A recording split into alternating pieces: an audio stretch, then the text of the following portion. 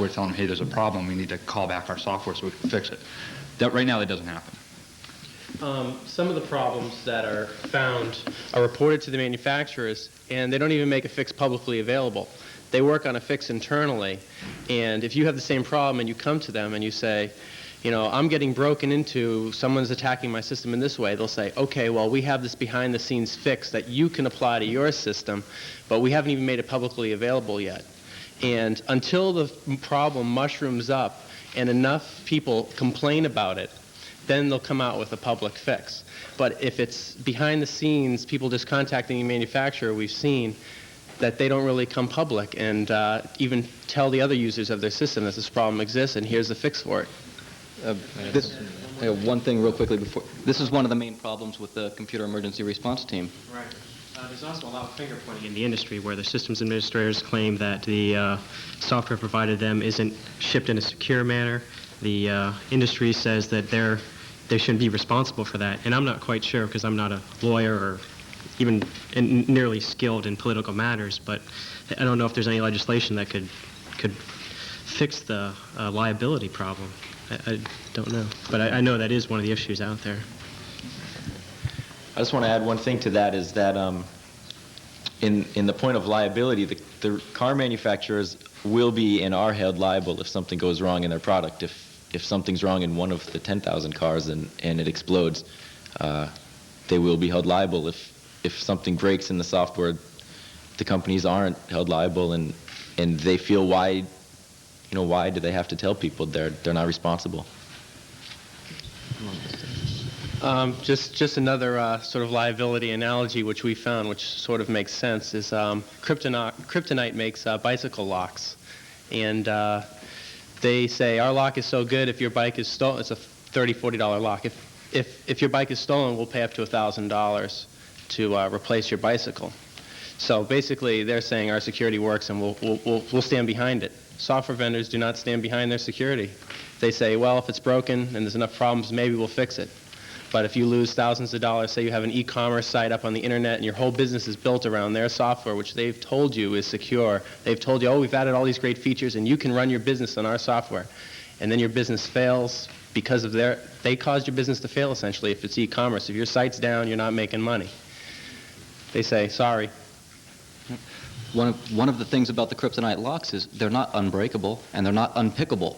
And the company knows that, but they've raised the bar. They've raised it enough that the ankle biters, the novices, will go to the next bike that's unlocked. The same thing with car alarms. You get a discount on your insurance for performing due diligence. You just raise the bar and you get away from the noise level.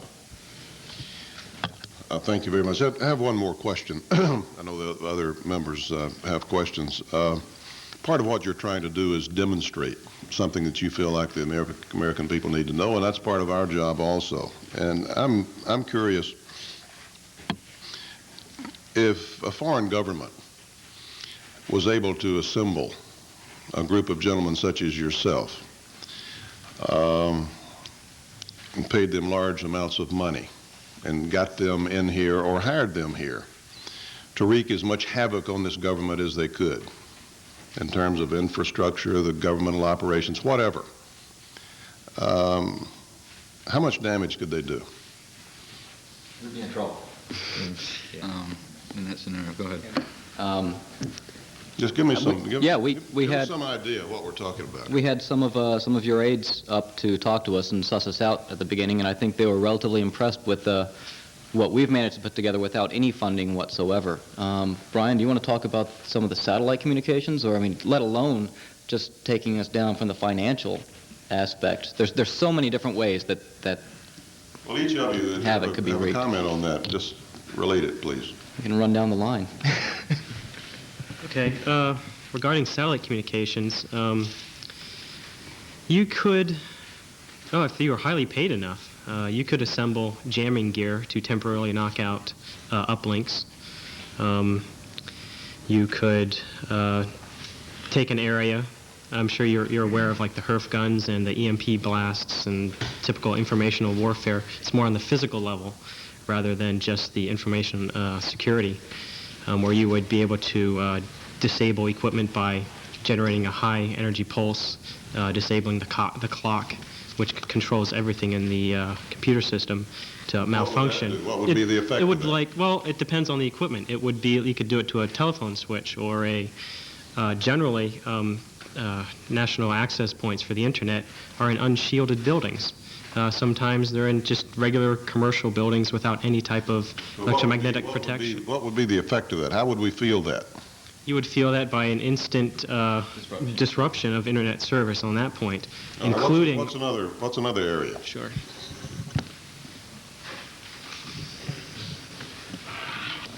Okay. Sure. We'll let Kingpin talk about Tempest. Some of the areas that you should worry about are your phone systems are down, your electricity's gone, your financial markets. We recently had a very close call in the financial markets. The disruption of service is a wonderful way of messing people up. In addition, by disrupting service in certain patterns, you can force people to take other routes. Let's say that I have taken over MCI's networks, which would not be a tremendously difficult thing to do. I mean, most people can get access to the metropolitan area ethers and the national access points, physical access even. So I can watch everything that goes through this major backbone provider's transitory networks, but I can't watch Sprint. Well, what am I going to do? I'll disrupt Sprint service so that everybody routes through me. Now I can learn everything you're doing. I can watch your movements. I can stop your movements. I can issue requests on your behalf. You'd be surprised how much stuff is tied into the general networks now. I think if a nation state funded a group of people to attack the United States electronically, the number of systems that can be disrupted or compromised is so great that it would probably wreak a lot of havoc in the country. Whether or not the country can recover from that in an adequate period of time or defend against it is a good question. But there's definitely some potential there for abuse. Also, as I mentioned in my initial statement about Tempest monitoring, which will allow outsiders or insiders to receive emissions from computer terminals, one can see the screens of people's, they could read the email, say, off the screen, or maybe if they're accessing some confidential system, or looking up some kind of criminal records or something like that, and the outsider or insider or intruder could then become familiar with the system and access it in a different way. What would you do with the mobile data terminal stuff? With the mobile data terminal, the same type of thing can happen. You can either intercept the data via just wireless transmissions, or you can monitor the terminals with Tempest technology. And by just monitoring the transmissions, you can view what the police are transmitting and receiving about criminals or internal government agencies or something. Thank you very much. Senator Glenn. Thank you, Mr. Chairman. I think I had, all you have fictitious names here, but I think I had the pleasure of talking to a couple of you gentlemen some 3 or 4 years ago in a different venue, and that was a fascinating conversation, and this is fascinating this morning. I'm not quite clear. Now, does the Loft do this on a business basis now, too, or are you just amateurs that get together and are doing this because, as it says in your testimony here, Space Weld saying I'm continuing a premise for what they do. What you do is to have fun, pushing the envelope, examining security systems, providing full disclosure to all those in the security industry of our findings. Is it strictly an amateur group, or are you available for hire from people that want to avail themselves of your expertise? We have been a strictly amateur group for a long time. It's very monetarily taxing for us. So we all have day jobs, I guess. Yes, we all have day jobs, and this all comes out of our own pockets for all the equipment that we try and salvage together and the different projects we want to learn about. We do, when the purse strings become very tight, go out and take consulting jobs or do different consulting work.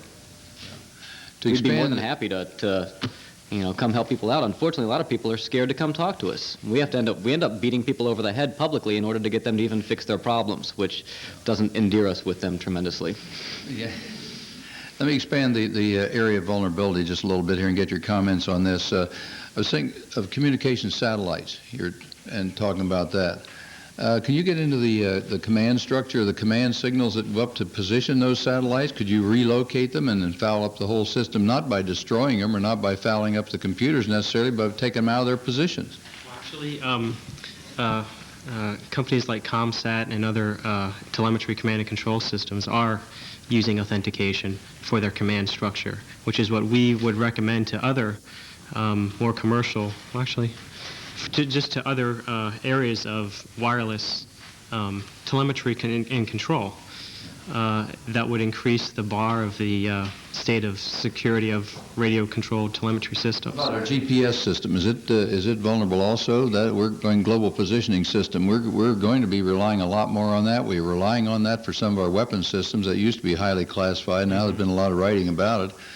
We're using that to a tremendously increased degree these days for our military and for commercial aviation, everything else. I have a little Magellan handheld I use in my little airplane flying back and forth, and it's great. One of the problems with GPS is it's a very weak signal.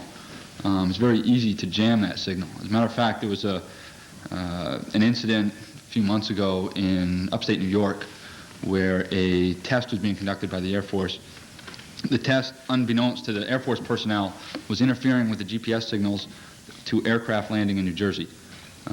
Luckily, it was during the daytime, and the aircraft was trying to rely on the GPS signals to land, but they lost their GPS. So they went on manual and landed that way. If somebody wanted to, though, could they get into the GPS system and actually relocate some of those satellites slightly, which would throw off all that, screw up all your information that you're getting? Is that possible?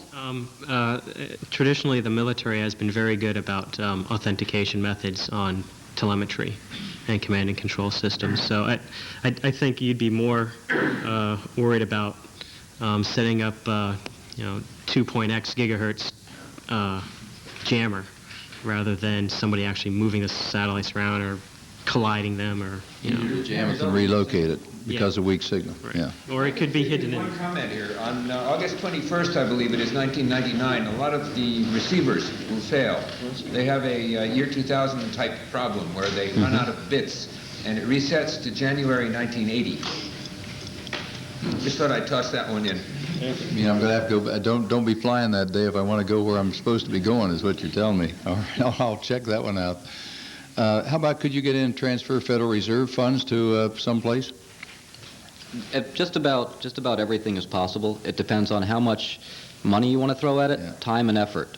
From the amount of time and effort and the money, which is non-existent for us, and the fact that we like not being in jail, we'd say no, we wouldn't do that. If we really wanted to and really had to, yes. Because if you make it easy enough for yourself or somebody else to use it, you make it vulnerable.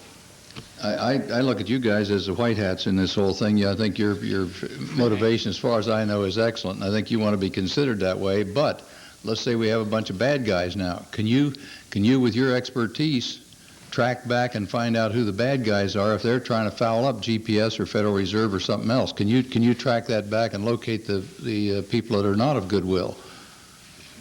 Backtracking and reverse hacking is a relatively tricky area.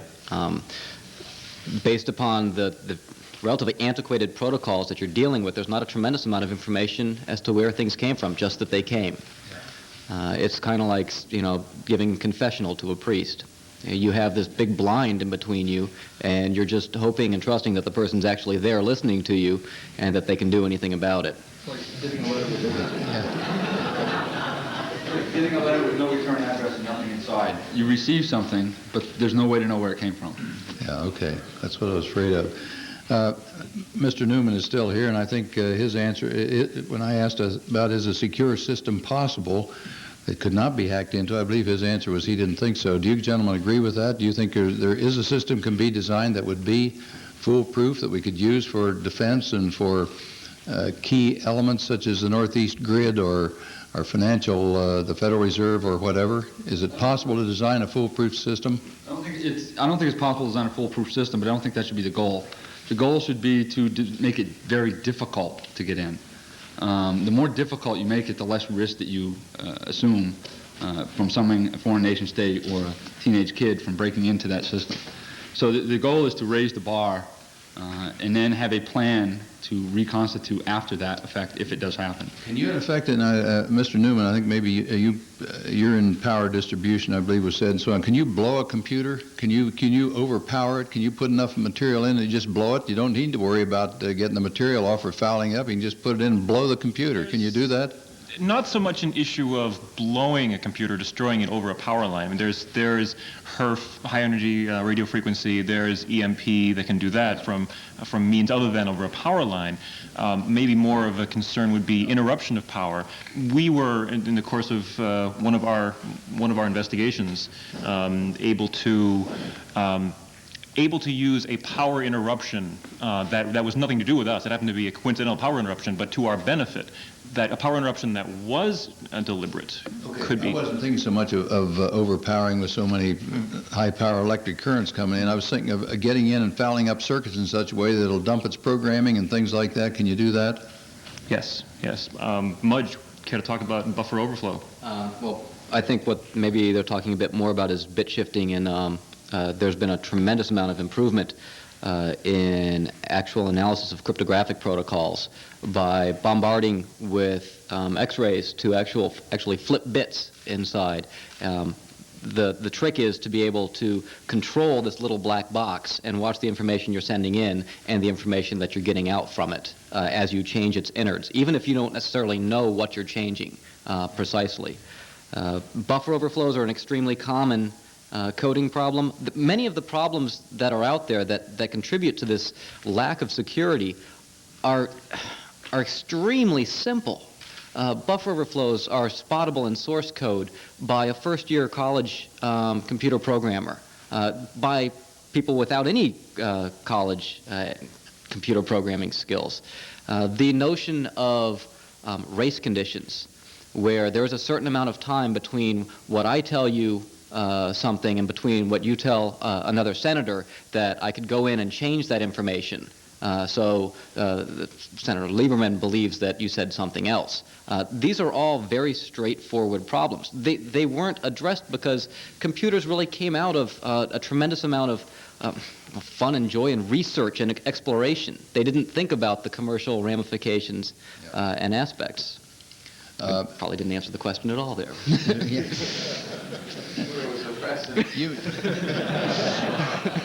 You may want to run for public office one of these days.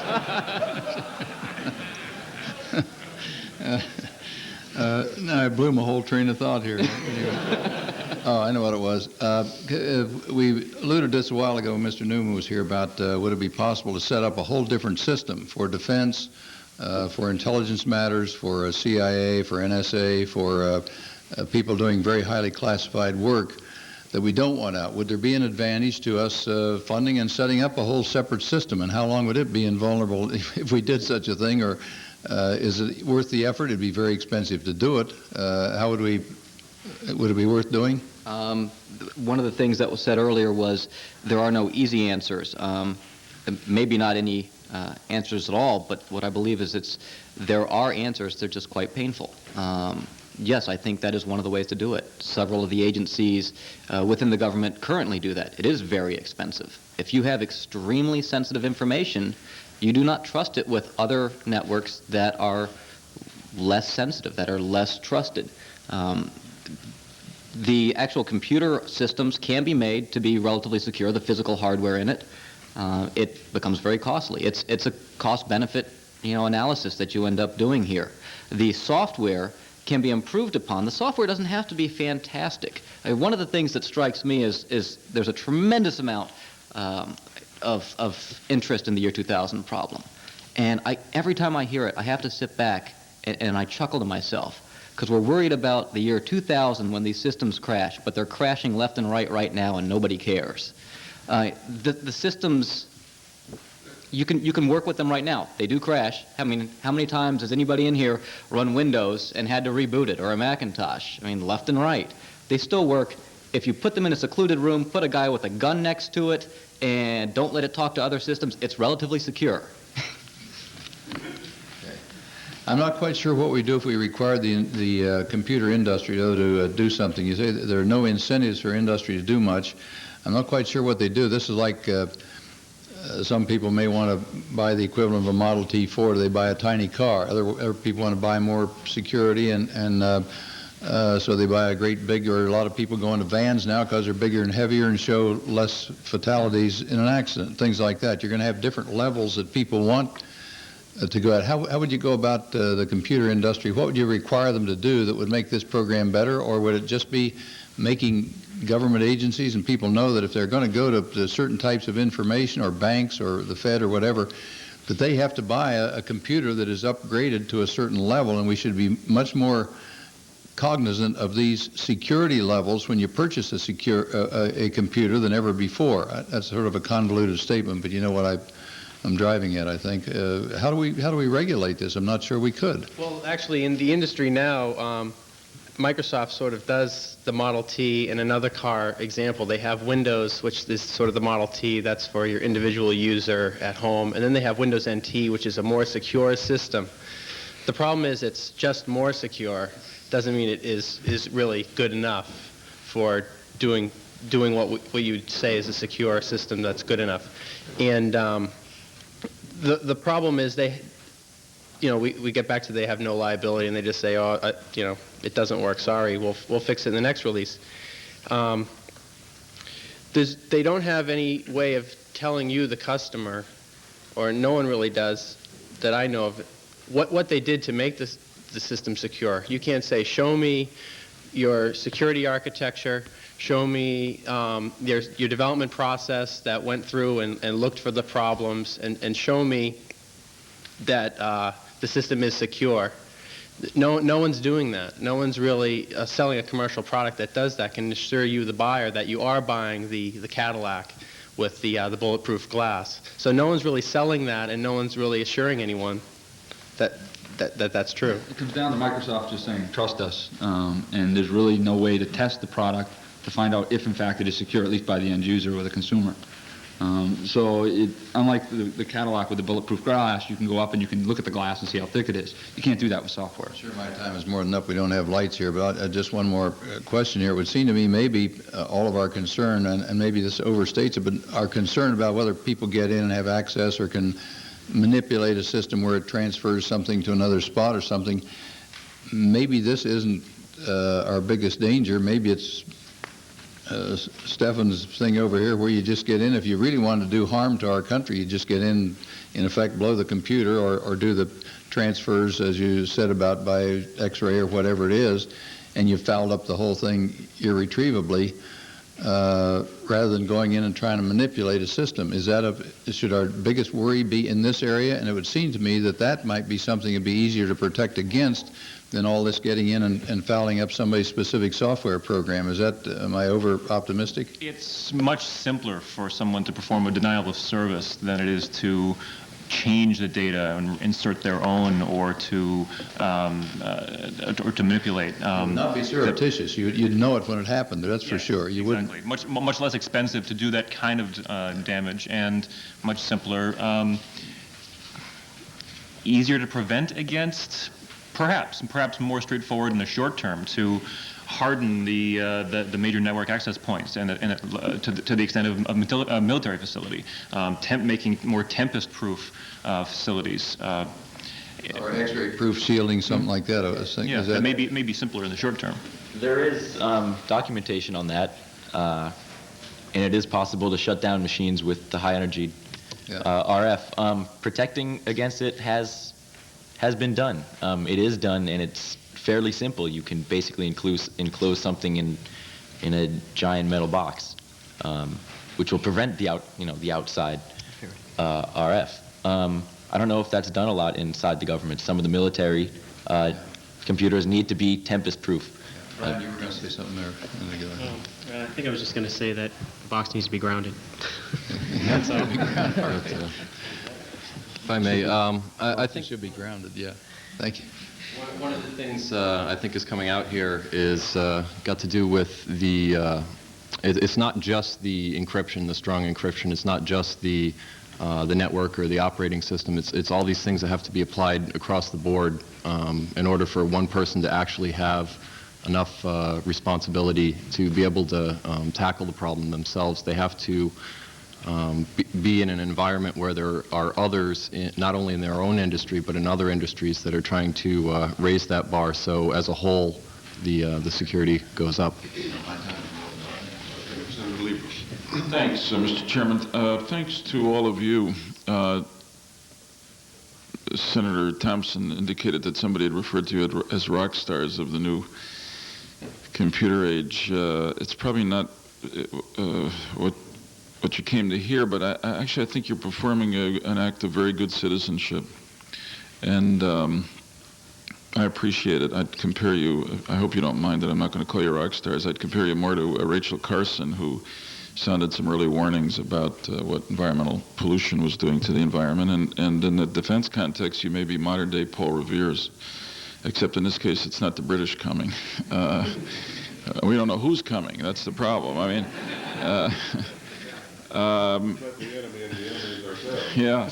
Well, the chairman's question before was chilling. I mean, you are obviously very bright and very creative and work at this, but if there's anything we have learned in the modern age is that you don't, you cannot, particularly in this age, particularly because of computers, where knowledge and information travels so quickly, just as you have been able to do this at Loft, there are people all around the world who are able to do this, and they may not be good citizens.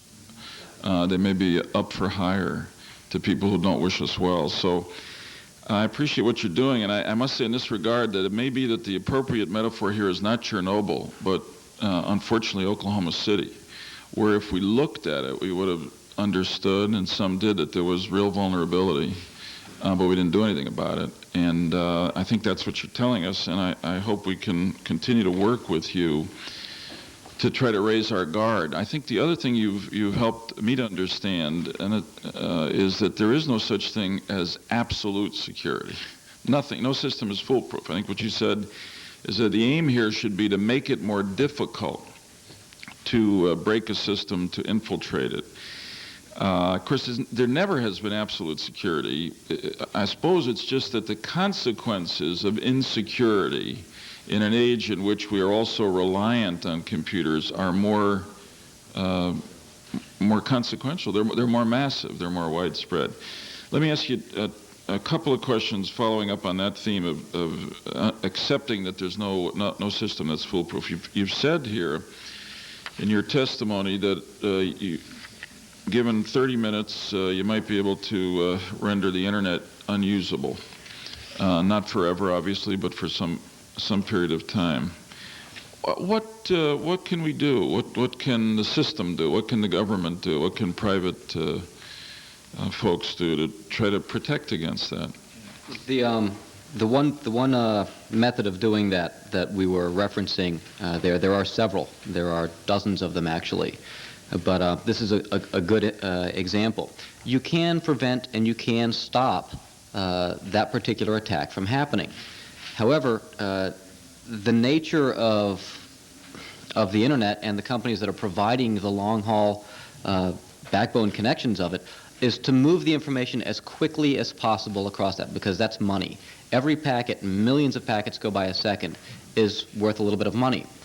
If you even stop to look at the packets, you have to send slightly less than your maximum capacity might be, in which case your competitor now has an edge on you because they can offer faster, more efficient service.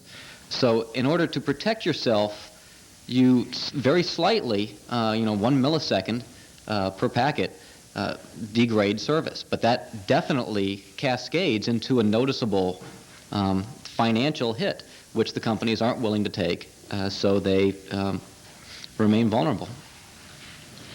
So let me just compare things and go to you, Stefan von Neumann, because you talked about your work in utility systems. And let me ask you just to compare, for instance, today, leaving aside what we've talked about, or let's say 10 or 15 years ago, somebody who wanted to do damage to a utility system could cut wires, could, if they were more aggressive, blow up a power station, a substation.